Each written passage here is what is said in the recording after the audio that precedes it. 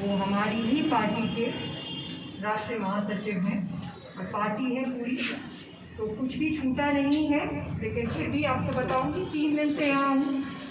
जो मुख्य बातें हैं उसमें सबसे बड़ा मुद्दा जिसकी वजह से यहाँ हूँ वो बाढ़ है। बाढ़ में हर जगह गई हूँ, नाव से गई हूँ क्योंकि गांव के गांव कट गए हैं। पिछले 12 साल से ये समस्याएं हैं, कटाव की समस्या पिछले 12 साल से है और नीतीश जी पिछले 12 साल से हैं। तो ये पूछने की अब ज़रूरत है, IPL मैच खेलने से काम तो चलेगा नहीं, तो ये पूछने की ज़रूरत है कि जो लोगों के घर चले गए क्या उन्होंने पिछले 12 साल में ज़मीन दी। ये पूछने की भी ज़रूरत है कि जो कट रहे हैं उसके लिए उन्होंने पहले से किसी भी तरीके की निगरानी, किसी भी तरीके की बंदोबस्तगी की। कुछ भी कहीं नहीं मिल रहा। जो लोगों के घर अचानक से कट गए हैं उनके पास कोई आश्रय स्थल नहीं है। अगर वो स्कूल में भी जाके रह रहे हैं तो स्कूल के जो रसोई घर हैं वो भी बंद हैं। लोगों की हालत बहुत ही दयनीय है। उनके साथ वो किस तरीके से रहते हैं उसी पानी में चल के देख के आए हैं। यही मुख्य मुद्दा है जिसकी वजह से आपसे आज बात कर रहे हैं। बिहार की बदहाली में किसका हाथ है? एक सवाल है, अभी अनुपम सुमन जी ने कहा जैसा कि आप भागलपुर एयरपोर्ट का मुद्दा उठाती हैं, कहाँ उठाती हैं ये नहीं बताया गया। आपके द्वारा पिछले दिनों ट्वीट किया गया था कि पूर्णिया में एयरपोर्ट चाहिए और आप भी बखूबी जान रहे हैं कि पूर्णिया अगर एयरपोर्ट हो जाता है तो भागलपुर में एयरपोर्ट कभी नहीं शुरू हो सकता। देखिए, दुनिया बहुत आगे निकल रही है। ये बिहार जो हम बातें कर रहे हैं पूरे वक्त से, वो आपकी और हमारी, हम सबकी जिम्मेदारी है।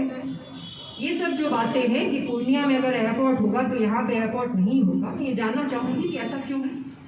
तो नज़दीक में नहीं होता ना, ऐसा नहीं होता है मैडम मसला ये है कि पूर्णिया या भागलपुर नहीं, मसला है कि आपने भागलपुर के लिए ट्वीट करने या पूर्णिया के लिए आपने मुझे भी बोलने दें और फिर चीज़ें क्लियर हो जाएंगी।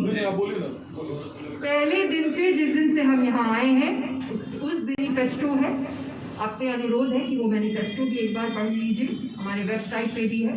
उस मैनिफेस्टो में साफ साफ बहुत अच्छे से लिखा है कि हमें कहाँ कहाँ एयरपोर्ट लगाने की ज़रूरत है। एयरपोर्ट वहाँ पे लगता है जहाँ पे उसके आसपास कुछ भी इकोनॉमिक अपॉर्चुनिटीज़ हों और जहाँ भी इकोनॉमिक अपॉर्चुनिटीज़ उत्पन्न करने की संभावना होती है वहाँ पे एयरपोर्ट होना ही होता है। नंबर 1 बनाना कोई जुमला तो नहीं है। नंबर 1 कैसे बनेगा? पूरे बिहार को अगर आगे करना है, अगर उद्योग लगाने हैं तो उद्योग लगाने के साथ साथ एयरपोर्ट भी तो लगाना पड़ेगा, नहीं तो यहाँ पे कोई उद्योग नहीं लगेंगे।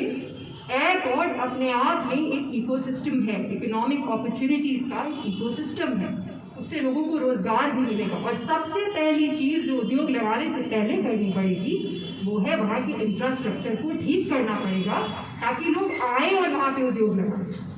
तो जहाँ पे एयरपोर्ट नहीं होगा, जहाँ पे कनेक्टिविटी नहीं होगी, वहाँ पे कोई भी नहीं आएगा उद्योग लगाने। जहाँ पे बाढ़ आएगा वहाँ पे कोई भी बिजनेसमैन नहीं आएंगे उद्योग लगाने। और जब तक बाढ़ की समस्या खत्म नहीं होगी, बाकी सिर्फ जुमलेबाजी है जो सभी लोग कर रहे हैं और करते रहे। पहले दिन से ये सरकार के लिए सरकार को अपनी जगह पर है, लेकिन अगर कोई नीति आपके पास, क्योंकि ये आपदा हर साल आता है और आज आप जो है लगभग तमाम बिहार के दौरे पर हैं, आप आज भागलपुर में, क्या कोई ऐसी नीति है जो आपके बाढ़ जैसी आपदा से बचाव हो सके? मैंने पूरी दुनिया की नीतियाँ पढ़ी हैं और इसी वजह से पढ़ी और सीखी है ताकि बिहार की जो समस्याएं हैं उसका निदान कैसे हो सके। इसके लिए तो बाहर जाने की भी ज़रूरत नहीं है। हमारे ही यहाँ, भले ही मेरी विचारधारा भाजपा से बिल्कुल अलग है, लेकिन उनके एक प्रधानमंत्री हुआ करते थे, अटल बिहारी वाजपेयी जी। उनके वक्त में ये निर्णय लिया गया था कि रिवर इंटरलिंकिंग होगा, रिवर इंटरलिंकिंग करना था।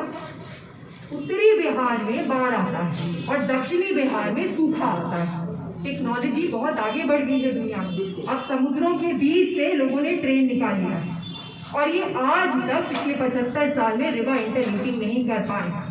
वो करना पड़ेगा। उसके अलावा जो ड्रेनेज सिस्टम है वो बनाना पड़ेगा। जो कैनाल सिस्टम है जो अंग्रेजों के वक्त बना था, उसके बाद उसको देखा भी नहीं गया है, उसकी मरम्मत करनी पड़ेगी ताकि उससे एग्रीकल्चर को भी फायदा पहुंचे। और एक तरफ उत्तरी बिहार में एग्रीकल्चर जो कि विश्व की सबसे प्रोडक्टिव लैंड है हमारी, ये सब जुमले नहीं है, ये सब एविडेंस बेस्ड बात है।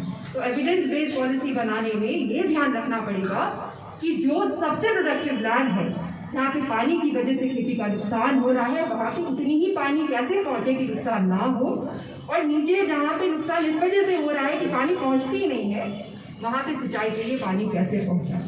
यही नीति बनानी पड़ेगी, तभी ये बाढ़ का समस्या ठीक होगा, नहीं तो तब तक हम ऐसे ही पूरे देश में सबसे पीछे रहेंगे। आपका पूरा परिवार 40 वर्ष से 15 किलोमीटर दूर है बिशनपुर। नहीं, मेरा घर बिशनपुर नहीं है, मेरे पिताजी का घर बिशनपुर है। मेरा घर दरभंगा है, दरभंगा में ही मैं पैदा हुई हूँ, दरभंगा में ही मैं बड़ी हुई हूँ। सवाल पूरा होने दीजिए।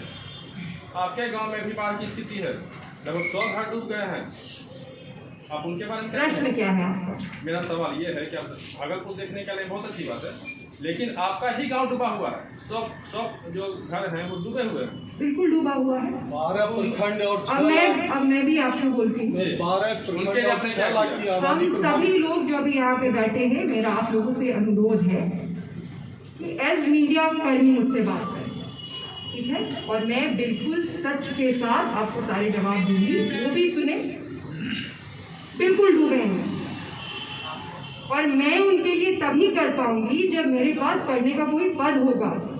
इसीलिए राजनीति की जाती है, इसलिए लोग रिप्रेजेंटेटिव बनते हैं। मैं अभी जो कर सकती हूँ, मैं सदन में नहीं हूँ, मेरे पास वो पावर्स नहीं है, और ना ही कोई जमा किया हुआ कोई काला धन है या किडनैपिंग का जमा किया हुआ कोई पैसा है जो लोगों में बांट दो। राजनीति करने का पूरी दुनिया में यही तरीका होता है कि आप क्या करेंगे वो आप लोगों के सामने रखते हैं, और लोग जब आपको चुनते हैं तो वहाँ बैठ के आप नीति बनाते हैं, और अगर आप वहाँ नहीं बैठते तो जो नीति बनाने वाले लोग हैं उनसे प्रश्न पूछते हैं। मैं आपको एक सूचना देती हूँ, मेरा घर तो बिशनपुर है नहीं, मेरा गाँव है, मेरा घर दरभंगा है। मेरे दरभंगा के उस गली में 2 लोग रहते हैं जो जदयू के हैं, और मेरा पूरा गली खुद डूबा हुआ है।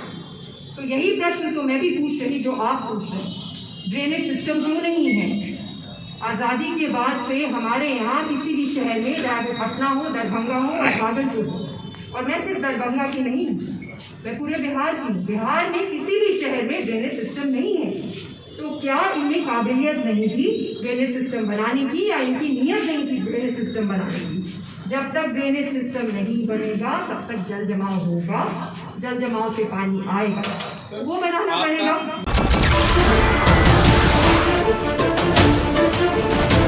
नमस्कार, मैं हूं मानक गुप्ता। अगर आपको हमारा ये वीडियो पसंद आया हो तो इसे लाइक और शेयर जरूर करें, और हां, हमें सब्सक्राइब और फॉलो करना ना भूलें ताकि आप देश और दुनिया की कोई खबर मिस ना करें। तो जुड़े रहिए हमारे साथ और देखते रहिए न्यूज़ 24।